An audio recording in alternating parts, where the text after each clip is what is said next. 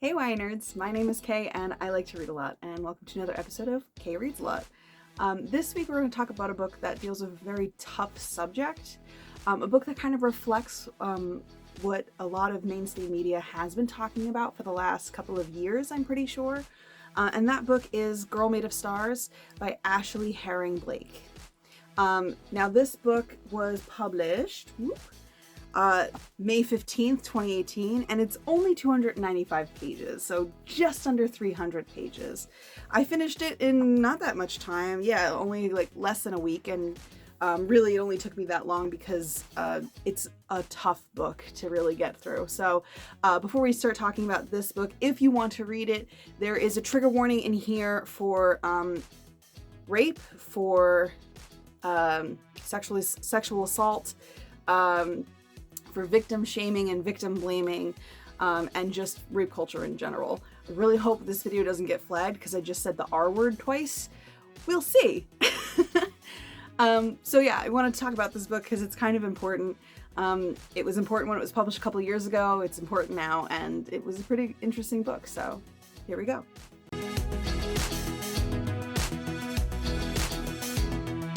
Now, in Girl Made of Stars, we follow twins, Mara and Owen. Mara is the main character. We mostly follow what's going on with her.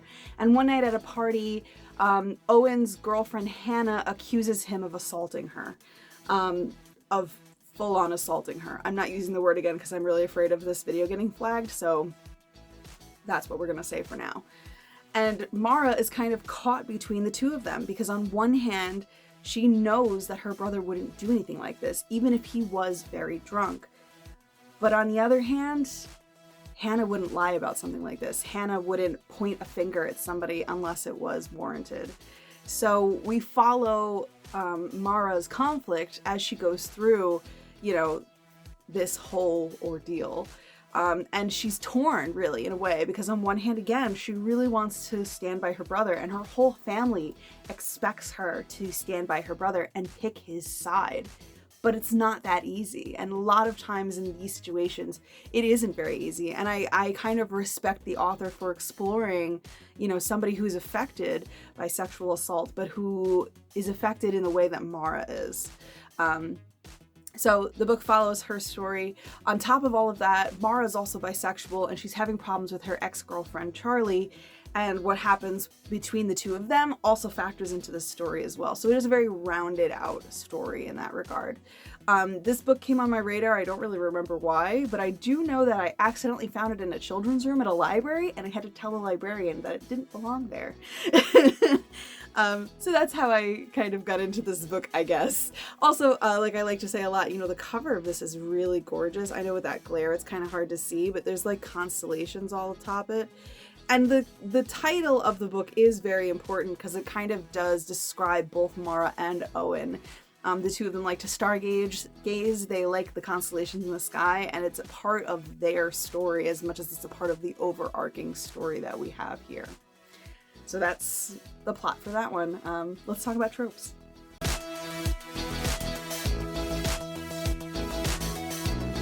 So the tropes for Girl Made of Stars, I came up with these tropes. I like to say this every video, or at least try to remember to say it every video. I came up with the tropes using TV tropes, fanfiction tropes, tropes that I just noticed in Lit, as well as just Googling things. I love when librarians yell at me for using Google as a verb. It is a verb now. Anyway, so I compiled this list of about 40-ish or over 40 tropes using those resources, but also my friends. Hi, Tessa. And that's how we've come to be here. So I'm going to list the tropes and explain what they mean with regards to the story, but scroll down into the description below and you will see like the actual definitions that I came up with a while ago. So we have great expectations. Basically, both Mara and Owen's parents expect more from them in a lot of ways. I'm pretty sure they put a lot of pressure on their children to be the best they can be, which is not always a bad thing, but it does come to a point, and it happens in this story, where the expectations of the parents push the children to be worse versions of themselves instead of better versions of themselves. So there's that. We also have having Bianca for your sister. It's kind of more like having Bianca for your brother. So this trope refers to 10 Things I Hate About You, which nobody would really catch this unless I describe it this way. Where Bianca, one of the main characters in the movie, is like perfect. And so basically it's your sibling is very perfect. So Mara has to deal with this with Owen. He's viewed as like the golden child, and it causes a lot of strife with her and her family. We also have only one friend. So not only is Charlie Mara's ex, it's also her best friend. Or sorry, Charlie is also her best friend. I didn't mean to say it. And like that causes a lot of friction and a lot of strife between the two of them because they once dated, but they're also best friends. So that's what that one is. We also have strong/smart female protagonists.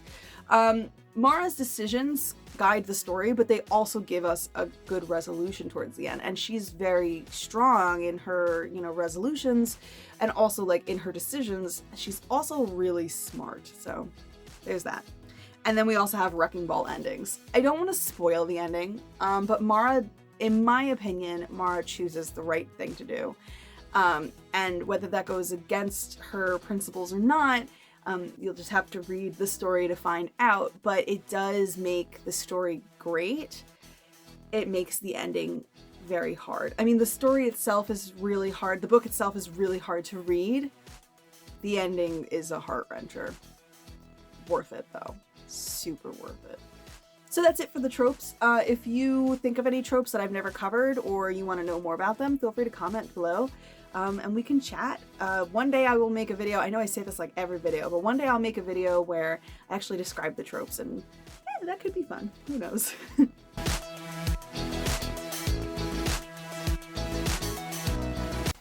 Now we talk about read-alikes. This is what we're talking about, read-alikes. One day I'm gonna commission someone to make me a song for read-alikes. That could be fun. Who knows? One day I'll stop embarrassing myself on YouTube. That would be nice too. So for read-alikes, I take one read-alike from Goodreads and one read-alike from Novelist. There's 2 websites where books are recommended, and one read-alike from myself because I am a librarian, so this is like part of my job. I actually really like this part of my job where I get to recommend books to people. So from Goodreads, we have Radio Silence by Alice Oseman. I just finished this book. It was excellent. I also agree with this recommendation. Mara and... oh my god, I blanked on the main character's name from Radio Silence. Doesn't matter.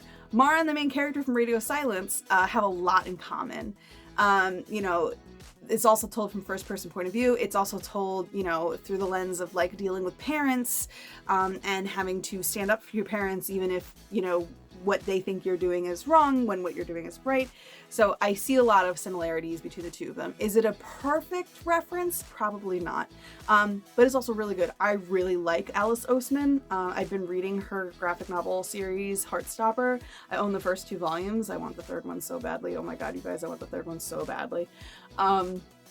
And yeah, I've been following along with that. I've read Radio Silence, I've read Solitaire. Next I have to read the other one that she's got coming out about, I think it's about ace representation, so I'm really excited for that. Please go check out Alice Oseman if you have the opportunity. She is great. Enough of that. From Novelist, we have Smoke by Ellen Hopkins.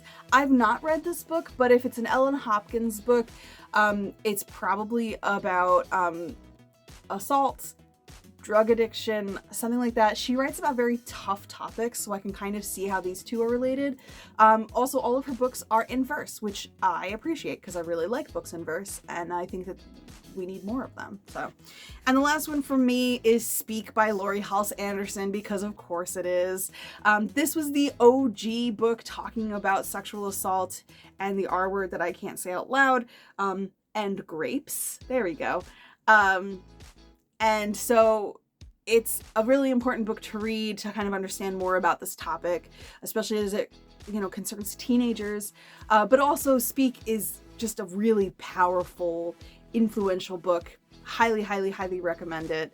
And if you don't have time for the actual book itself, which shame on you, but if you don't have time for the actual book itself, you could also read the graphic novel. It also gets across that really intense emotions and the trauma that the main character has to go through after her ordeal. Both books greatly recommend. All 3 books, I guess, greatly recommend, although I have not read Smoke by Ellen Hopkins. One day I will get to it. I actually have Crank, or is it Crank? I have one of her books. I'll get to it. It'll happen. Maybe I'll review it. Who knows? But yeah, so that's it for the recommendations. If you've read any of these books, or you think of something else that goes along with Girl Made of Stars, let me know. Drop a comment. If you disagree with my reviews, my recommendations. Cool, man. So that's it for that part.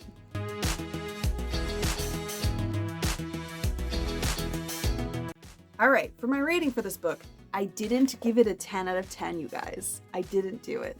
I'm giving it a 7 out of 10 because it's good. It's an important book. However, I don't really know. It's written for teens, and that's a good thing. For me, that just didn't enjoy it that much. I feel like the major conflict of the book, whether Mara's gonna pick her family over her friend and the victim of this assault,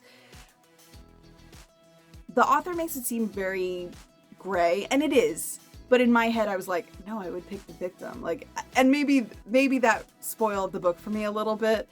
But I am also an adult, and so I can arrive at that conclusion way ahead of a teenager, especially a teenage protagonist. So that's my only gripe with the book, really.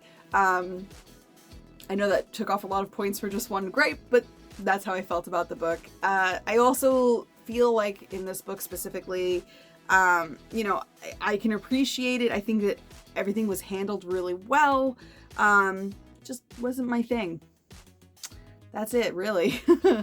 But also on top of that, I feel like adding the extra layer of Charlie involved with the book and what's going on with Charlie, and I don't know. It was okay. I think give it a shot. It's not something I'm going to put on my favorites list, but it is something that's important to read. So yeah, that's it for this book.